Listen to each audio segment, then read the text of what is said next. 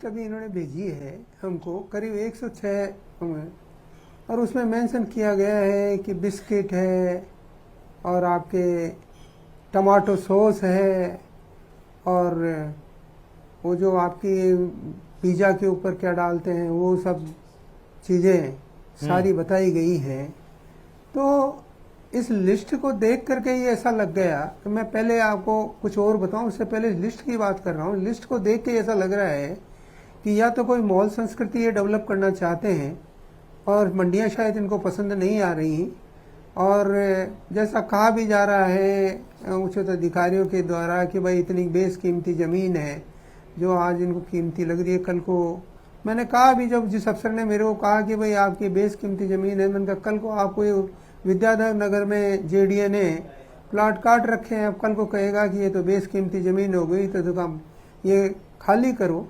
तो लेकर के ये कानून लेकर के आए कि जो आटा दाल बेचते हैं, पशुआहार बेचते हैं, दालें तेल बेचते हैं या मसाले बेचते हैं और इस तरह की जो चीज़ें बेच रहे हैं जो सब बाई प्रोडक्ट हैं आप, या फिर एग्रीकल्चर कमोडिटी है, तो एग्रीकल्चर कमोडिटी के लिए तो हम बराबर कह ही रहे हैं कि भाई आप मंडी टैक्स क्यों नहीं लगाते हो। जब प्रावधान है एग्रीकल्चर मार्केटिंग एक्ट में तो आप उसको, आपको एग्रीकल्चर मार्केटिंग एक्ट के अनुसार उस पर आपको मंडी टैक्स लगा देना चाहिए, आपको यूजर चार्ज की कोई मतलब ही नहीं है। अब बात रही बाई प्रोडक्ट की, गेहूं पर हम टैक्स दे चुके, मंडी टैक्स ये ले चुके हैं और अब उस पर ये कह रहे हैं कि साहब हमको आटे पे भी टैक्स दो। मतलब कंज्यूमर का कहीं कुछ ख्याल है कि नहीं इनको। फिर जैसे दलहन है, दलहन पे चाहे मूंग हो, मोठ हो, चना हो, सभी पे हमसे मंडी टैक्स ले लिया है। अब जब दाल बनती है तो कैसा फिर इसको यूजर चार्ज दे दीजिए। फिर उसके बाद में जैसे मान लो चाहे मूंगफली का तेल हो, चाहे सरसों का तेल हो, चाहे दूसरे तेल हो, तो उन पर भी इनको चाहिए फिर से दोबारा से मंडी टैक्स, ये यूजर चार्ज। और इसी तरह से हमने कहा भाई पशु आहार कम से कम कहीं तो शर्म करो। पशु आहार खड़ है तो ये भी बाई प्रोडक्ट है, इस पर टैक्स दिया जा चुका है। अगर बिनोला की खड़ है तो बिनोला पे टैक्स जा चुका है। कई सारे ऐसे आइटम हैं जिन पर जीएसटी भी मौजूद है। अरे सारे के सारे मौजूद हैं, उसके बावजूद आप इनको महंगा करने जा रहे हैं। अब बात रही मंडी में तो यूजर टैक्स लगाया जाए और मंडी के बाहर तो लगा नहीं सकते, क्योंकि इनका कहना यह है कि यूज आप कर रहे हो दुकानें, इसलिए हम आपको मंडी टैक्स लगा रहे हैं। बराबर है, परंतु इन दुकानों की व्यवस्था को संभालने के लिए, इनको करने के लिए हम कहीं ना कहीं टैक्स दे ही रहे हैं। हम जैसा कह रहे हैं कि हम प्रोडक्ट पे दे चुके, तो बाई प्रोडक्ट पे आप क्यों ले रहे हो। और फिर मंडी के बाहर वो जो प्रोडक्ट है वो बिगर उसके बिकेगा तो मंडी की सारी दुकानें बेरान हो जाएंगी। ये बहुत मुश्किल से किसी मंडी की क्रेडिट बनाई जाती है। इनको अभी ये पता नहीं है, कई सारी मंडियां इनकी फैल हैं और फैल इसीलिए है कि वहां पर अच्छे व्यापारी नहीं गए। अगर अच्छे व्यापारी जाते तो इनकी मंडियां फैल नहीं होती। कई सारे उदाहरण है, चित्तौड़ का इसका प्रथम उदाहरण है। बड़ी सारी मंडी बनाई गई थी जिसमें अब कहीं स्कूल खोल रहे हैं, जाने क्या खोल रहे हैं, नहीं चली मंडी क्योंकि वहां व्यापारी गया ही नहीं। और व्यापारी की कई तरह ये शर्तें लगाना इन्होंने चालू कर दिया। तो ये शर्तें जिस तरह से लगाएंगे और इस तरह का, इसलिए ये आज बहुत ही बड़ा हमको फैसला करना पड़ा है। हमने भाई सारी मंडियों को, राजस्थान की 247 मंडियों को विरोध स्वरूप या इनके समर्थन में, जो लोग इनसे पीड़ित हैं उनके समर्थन में इतवार तक हमने मंडियां बंद कर दी हैं। और इनका आंदोलन, जो प्रभावित है, इनका आंदोलन बराबर जारी रहेगा।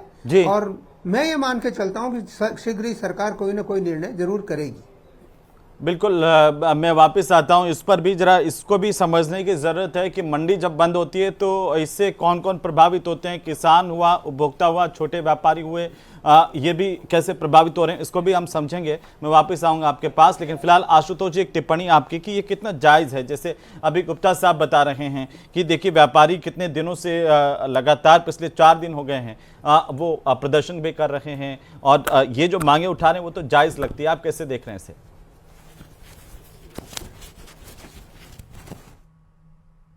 जायज लगती है कि जो इनका जो कंसर्न है कि जब मंडी सेस सरकार पहले से ले चुकी है तो ऐसे में यूजर चार्ज के लिए एक बार फिर कहाँ गुंजाइश बनती है। हालांकि इसके लिए थोड़ा पीछे जाएंगे तो हम देखेंगे कि 2020 में अशोक गहलोत सरकार ने मंडी सेस को बढ़ा करके 2% करने की कोशिश की थी, लेकिन उसके बावजूद उसके बाद तमाम इन आड़तियों ने विरोध किया और उसको 0.5% पर एक बार फिर से ले आई।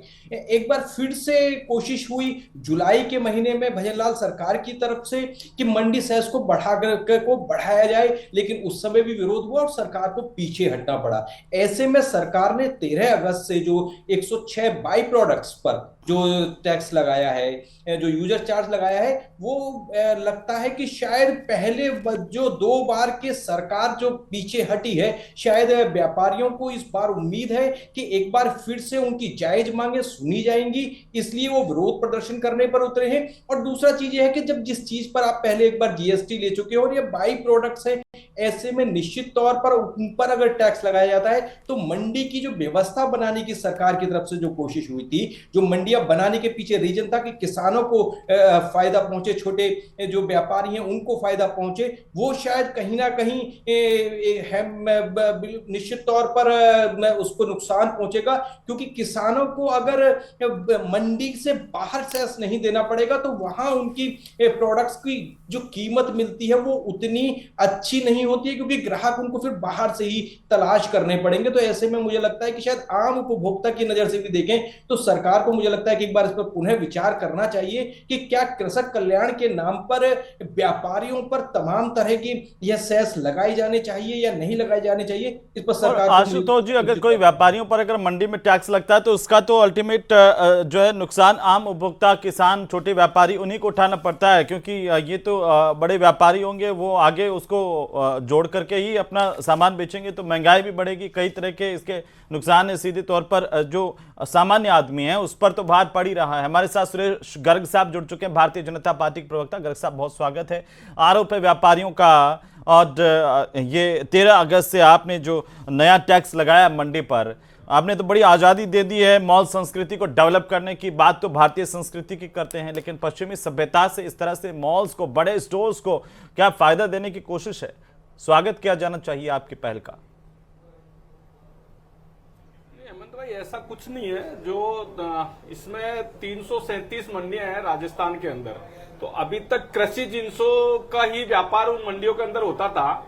उस मंडियों के अंदर जो लिस्टेड जींस नहीं थे, जो अकृषि जींस थे, वो भी उसके अंदर व्यापार कर रहे थे, लेकिन वो संतुलित नहीं थे। उनको बराबर रेगुलाइज करने के लिए यूजर चार्ज लगाया 0.5%, क्योंकि अब तक वो मंडी के अंदर बिना अनुमति के, बिना गैर उसके रजिस्ट्रेशन के काम हो रहा था। अब वो रेगुलाइज होने के लिए 0.5% उसके ऊपर लगाया। फिर भी हम ये कहते हैं कि अगर व्यापारियों को इनसे नुकसान है, व्यापारी को इनसे तकलीफ है, तो निश्चित ये सुपरमार्केट से कोई खरीदे तो सुपरमार्केट वालों पर भी ये सेस लगता है क्या? 50 पैसे प्रति सैकड़ा के सुपरमार्केट में मॉल्स वाले पे भी लगता है? देखिए, 337 मंडियां राजस्थान के अंदर है। उस मंडी के अंदर अगर ये व्यापार किया जाता है, उनके लिए यूजर चार्ज लगाया गया। उन्हीं को क्यों? सवाल यही तो है कि उन्हीं को क्यों? बाहर तो छूट है। हाँ, तो बाहर वालों पर भी बराबर कीजिए ना सबको। मैं यही कह रहा हूँ हेमंत जी, मैं यही कह रहा हूँ कि अगर मान लो फिर भी कोई दिक्कत है तो निश्चित रूप से देखिए भजनलाल जी के यहाँ पे आके मीटिंग करेंगे। अगर ये कब करेंगे? पिछली बार भी कुछ दिनों पहले भी व्यापारी अपनी मांगों को लेकर प्रदर्शन किया, आपने ठंडे छींटे दे दिए, फिर 13 अगस्त से नई क्रांति की शुरुआत कर दी। लगाया गया था नहीं, पहले भी इन्होंने व्यापारी आए थे पहले जो लगाया था वो कृषि जिन्सों, पूरे कृषि जिन्सों के ऊपर लगाया। कितने लगाए? जो है ये केवल वो है जो मंडी के अंदर काम तो हो रहा है, लेकिन वो मंडी में रेगुलाइज नहीं हो रहा था। उसको रेगुलाइज करने के लिए अगर नॉमिनल चार्जेस लगाया है, फिर भी अगर व्यापारियों को और इनको तकलीफ है तो निश्चित रूप से बात करके कोई तो फिर भी क्या होता है सर? गर्ग साहब, तकलीफ तो है ही है, तभी तो व्यापारी मंडी बंद करके बैठे हुए हैं। तो व्यापारियों की बात तो आप जाइए ना व्यापारियों के पास और उनसे बात कीजिए, फिर एक सवाल का जवाब दीजिए। आप गेहूं पर पहले टैक्स लेते हैं, फिर आटे पर भी टैक्स है, ये बताइए ये कौन सी नीति है? देखिए आटे पे टैक्स की जो आप बात कर रहे हो, जीएसटी की बात कर रहे हो, अभी जीएसटी काउंसिल की मीटिंग, जीएसटी वाला अलग छोड़ दीजिए, ये जीएसटी वाला अलग छोड़ दीजिए सर, ये यूजर चार्ज बड़ा अनाउंसमेंट किया है कि केवल दो रेट जीएसटी की रहेगी। 28 और 18% का जो स्लेब है उसको 12 और 28% का जो स्लेब है उसको हटाया जा रहा है। केवल 5 और 18% का जो है वो है जीएसटी काउंसिल की इसकी मीटिंग होने वाली है, उसके अंदर ये सब चीजें समस्या का दूर हो जाएगा। जो भी पैक्ड आइटम के अंदर जो जीएसटी लगती है। तो बाबूलाल जी हमारी सरकार जो है वो व्यापारी वाली सरकार है। बाबूलाल जी अभी देखिए ऐसा है। हाँ सर, तो आपने सुना हो तो कह रहे हैं कि रेगुलाइज करने के लिए हम कह रहे हैं, व्यापारियों को क्या दिक्कत है इसमें, आप परेशान हो गए? नहीं देखिए ऐसा है, रेगुलराइज करने की बात अगर 40 साल के बाद में किसी चीज़ को ये कहा जाए कि हम रेगुलराइज करेंगे तो ये ठीक नहीं है। जो आदमी 40 साल से काम कर रहा है क्या रेगुलराइज करेंगे इसको? अपनी दुकान पे बैठा है, आ रहा है व्यापारी, व्यापार कर रहा है, उपभोक्ता आ रहा है या उसका जो खरीदार है वो आ रहा है, सेमी होलसेलर आ रहा है, रिटेलर आ रहा है, सारे आ रहे हैं और सभी तरह से व्यापार चल रहा है, इसमें कोई ऐसी बात नहीं है। परंतु चक्कर ये है कि अब देखिए मैं इस लिस्ट को देख रहा हूँ, इसमें लिखा हुआ है नूडल्स, इसमें फिर लिखा हुआ है इसमें दूसरा मखाना इस तरह से, तो हाँ मखाना और दूसरे चीजें हैं, सोया बड़ी और ये सब।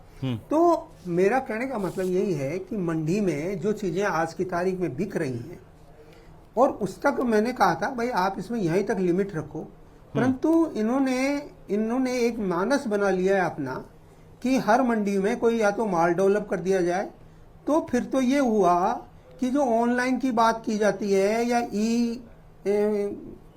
कॉमर्स की बात की जाती है, और जिससे मैं बार बार ये कहता हूं कि भाई इससे मार्केट ही सब बर्बाद हो रहे हैं, और तो फिर ये मंडियों को भी क्या इसी लाइन पे जोड़ दिया जाए, तो इस बारे में तो सोचना पड़ेगा ना। आज 8 दिन हो गए हैं और ये लोग परेशान थे, मैं तो अब आज पिक्चर में आया हूं, मैंने आज ही इसको टेकअप किया है कि भाई ये तो गलत है।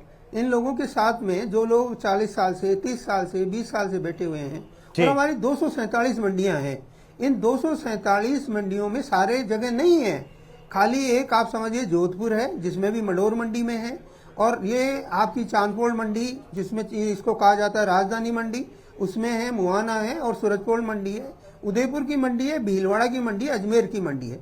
कुल मिलाकर के 8-10 मंडियां हैं जो सेकेंडरी मार्केट हैं। सेकेंडरी मार्केट का मतलब ये होता है, एक तो किसान की मार्केट तो प्राइमरी मंडी होती है, किसान माल लेके आता है, किसान का माल बिकता है और उचित दाम उसको मिलते हैं और खरीदार को ठीक दामों में माल मिलता है। और ये सेकेंडरी मार्केट ये होते हैं कि जहां पर प्लांट वे में अच्छी चीजें पूरे शहर को, जैसे मान लीजिए अब आपकी आज 60 लाख पॉपुलेशन हो गई, 60 लाख की पॉपुलेशन को फीड करने के लिए 10, अगर मान लो 10 ट्रक आटे के चाहिए तो कहाँ मिलेंगे?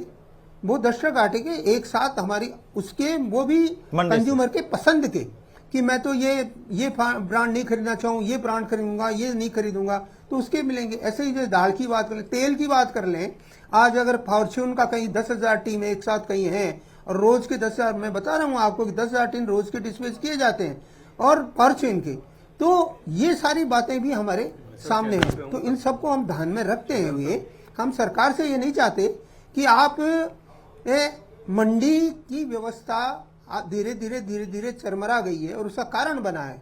उसके कारण ये बने हैं कि कई सारी स्कीमें हमारी आ गई, चाहे वो सेंट्रल गवर्नमेंट की हो चाहे राजस्थान गवर्नमेंट की हो। हम हमारी नई इंडस्ट्रीज को प्रोत्साहन देने के लिए मंडी की दरों में छूट दे चुके हैं, तो अब इनके पास में पैसा नहीं बचता है। तो इनका कहना यह है कि हमें पैसा चाहिए, नौकर को तनख्वाह बांटने के लिए पैसा चाहिए, तो ये सारे पैसे ये इस तरह से नहीं लगाएं, ये हमारा कहना है।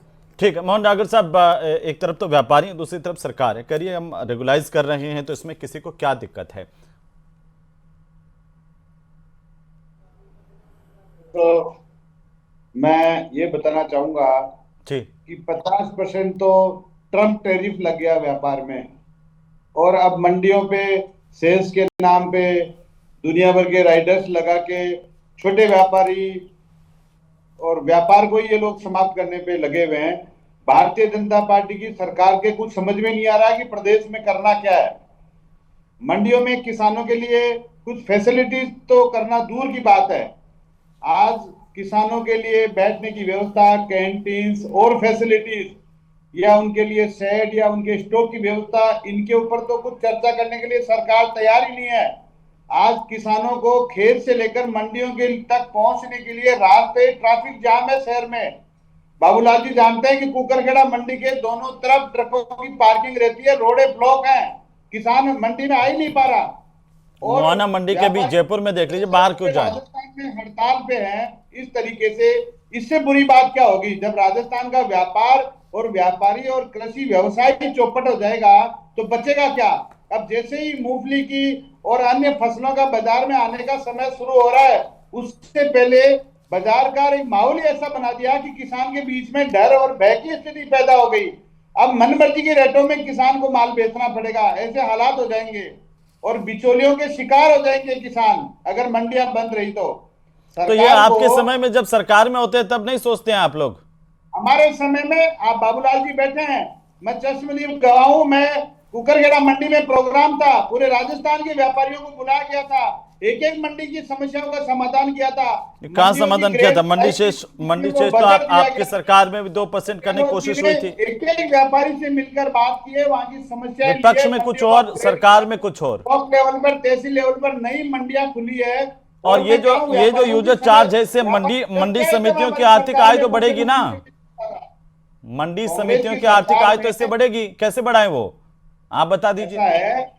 पहले से इतना टैक्स दे रहा है आम आदमी और व्यापारी, टैक्स पे टैक्स दे रहा है, टैक्स पे टैक्स दे रहा है। आज आपने हाईकोर्ट की टिप्पणी सुनी है कि जब सड़क ही नहीं है तो आप कितने टैक्स लेओगे, टोल टैक्स लेओगे, गाड़ी निकाल रहा है तो रजिस्ट्रेशन टैक्स दे रहा है, ट्रांसपोर्टेशन टैक्स दे रहा है, कितने सारे शुल्क जमा कराएगा एक आम आदमी, और उसको फैसिलिटी के नाम पे कुछ नहीं, चक्का जाम, सड़क जाम, ट्रैफिक जाम। ठीक है, गर्ग साहब को कहें कि सिर्फ आपकी योजना व्यापारियों को लूटने की है, मंडी को बंद करने की है, बड़े माल को बढ़ावा देने की है, और ना तो व्यापारियों के लिए कोई सुविधाओं का ध्यान रखती है ये सरकार, उल्टा उनके ऊपर टैक्स लगा करके उनको लूटने का काम कर रही है। इस सरकार की एक बात और कहना चाहूंगा, मैं आपके संज्ञान में लाना चाहता हूँ, ये सरकार बड़े बड़े व्यापारियों को और कंपनीज को प्रोटेक्ट करने में लगी हुई है। ठीक है, बड़े मॉल, ठीक है, गर्ग साहब को सुन लीजिए, जवाब दे रहे हैं।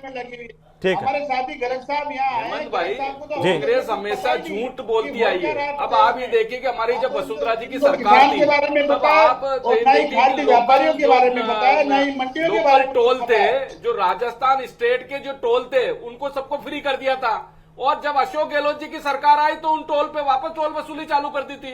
तो ये बता दीजिए कि जनता के हित में कांग्रेस की थी या भारतीय जनता पार्टी? आप कोई काम तो बताओ, एक आपकी सरकार सरकार में हमने टोल लगा दिया था, और फिर इन्होंने कांग्रेस के आगे पर टोल क्यों लगाया? और कृषि जिनसों पे सबसे ज्यादा टैक्स किसने लगाया था? कांग्रेस ने लगाया था, हमने तो नहीं लगाया। हम ये कह रहे हैं कि जो पंजीकृत सरकार में कोई किसी की सुन तो रहा ही नहीं, व्यापार करने की अनुमति दी जा रही है। पहले उनको व्यापार करने की अनुमति नहीं थी, वो कर रहे थे बिजनेस, लेकिन वो अनुमति नहीं थी उसको रेगुलाइज करने के लिए।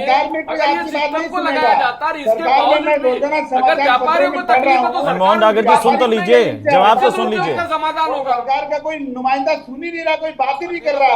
वो जवाब दे रहे, सुन तो लीजिए। मोहन डागर जी सुन लीजिए, डागर साहब सुन लीजिए, वो जवाब तो दे रहे हैं, उनका जवाब तो सुन लीजिए।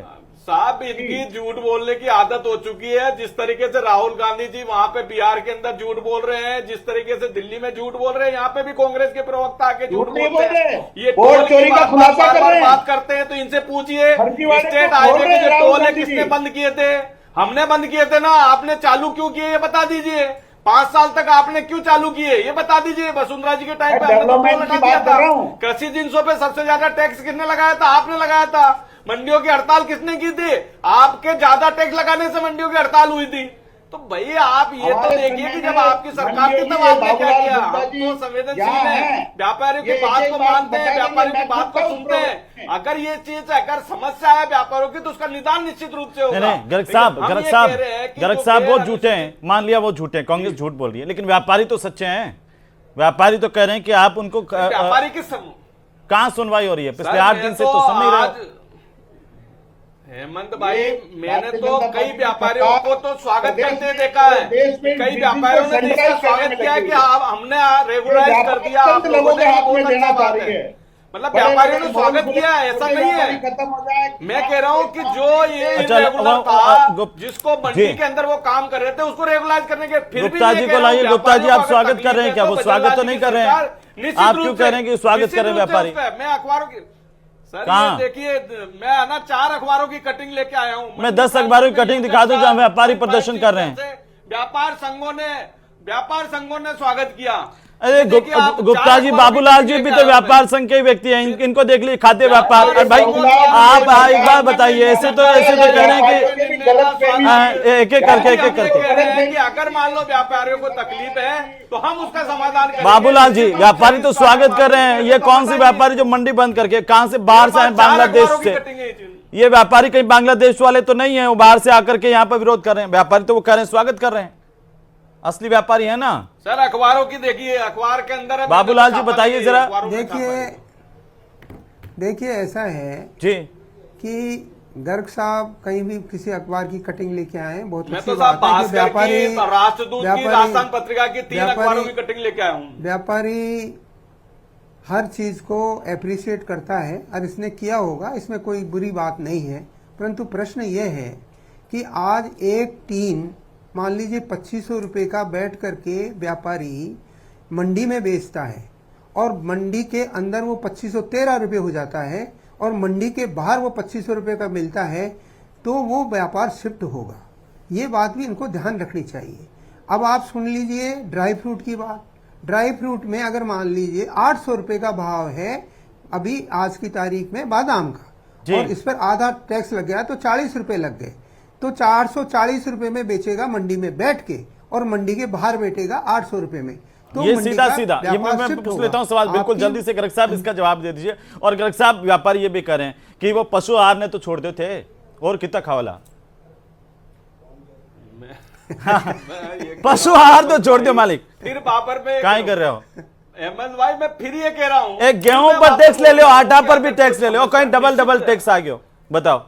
और व्यापारी परेशान है। ओ बाबूलाल जी, वो बाहर से हंस रहे हैं, वो अंदर से परेशान है, दुखी हैं। माननीय प्रधानमंत्री जी ने घोषणा की है, जो तो लागू करो ना, ये इसका उनको निदान कम कुछ किया निकालो। जा रहा है। गर्ग साहब, निदान 15 निकालो, अगस्त को पशु आहार तो माननीय छोड़ दो। प्रधानमंत्री जी ने लाल किले गाय पे घोषणा गाय की को है, खड़, GST उसको तो कम छोड़ो, करेंगे, खड़ को तो सिर्फ छोड़ दो। 2 स्लैब करेंगे। कहां से